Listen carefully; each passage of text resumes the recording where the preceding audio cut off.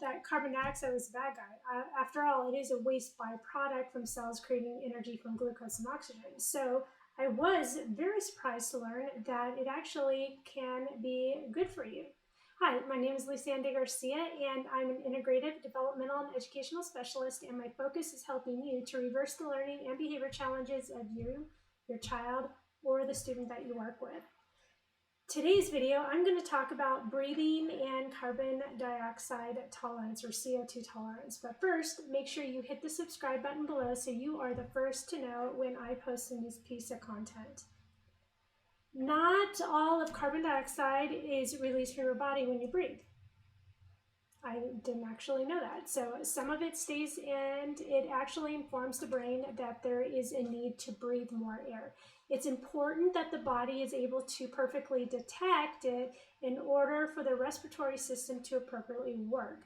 When we increase our tolerance for CO2, it allows us to have better control of our rate and depth of breathing, as well as manage stress and decrease anxiety.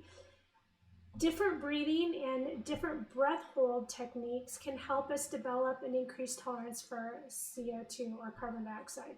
Some of the effects that increased tolerance has are better dilation of the blood vessels, allowing for better circulation, lowering the blood pH, and increasing the body's ability to absorb oxygen. And it helps our breathing pattern and gives us more time to absorb oxygen. It can help down-regulate our amygdala, which is something we always want to be doing when in a stress response. So helping to kick on our parasympathetic system. It's great for runners as it helps them increase their pace. So this is the test of how to test what is your CO2 tolerance. You take 4 full breaths. When this is all done, everything is through the nose. You take 4 full breaths, and they should be controlled breaths, not just willy-nilly breaths, like really 4 breaths.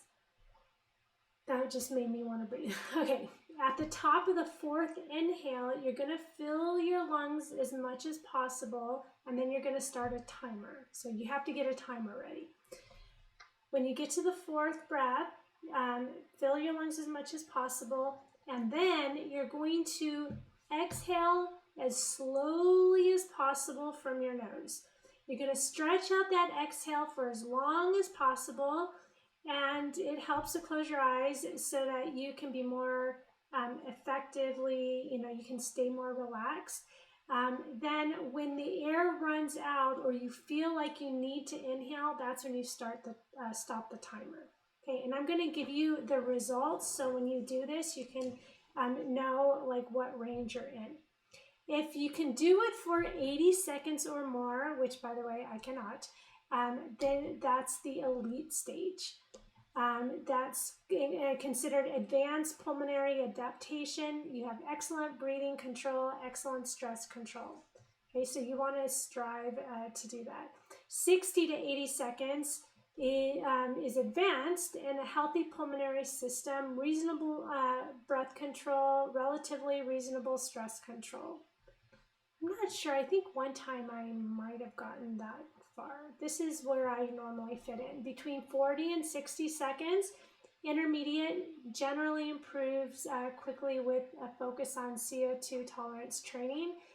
20 to 40 seconds is average. Moderate to high stress, anxiety state, breathing mechanics need to be improved. And under 20 seconds is poor, very high anxiety and stress sensitivity, mechanical restriction possible, insufficient pulmonary capacity. So ways that you can improve this is to doing the exhale longer than the inhale. I showed you in the other video where when every time you breathe, you're exhaling out longer. You can actually do this exercise as like a drill or a training. Double inhales and 1 exhale. So this technique I was told was probably one of the best ones. So you do 2 inhales and then you do an exhale, 2 inhales and 1 exhale. And then someone else shared with me, and actually I've heard this in more than one platform.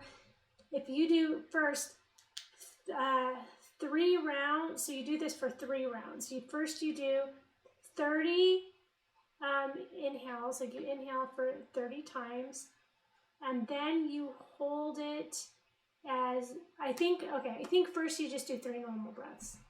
Then you do 30 breaths, inhales. Then you hold your breath as long as you can. So it's kind of like the test in general.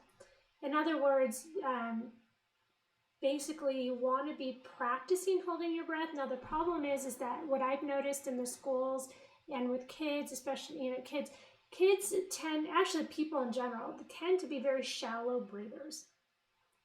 So we want kids to be breathing deeply. We want them to be breathing from your belly and from the chest, where there's expansion. But most people tend to be shallow breathers. Their diaphragm is a muscle and it's tight. Just like your shoulders are tense, your diaphragm is tense.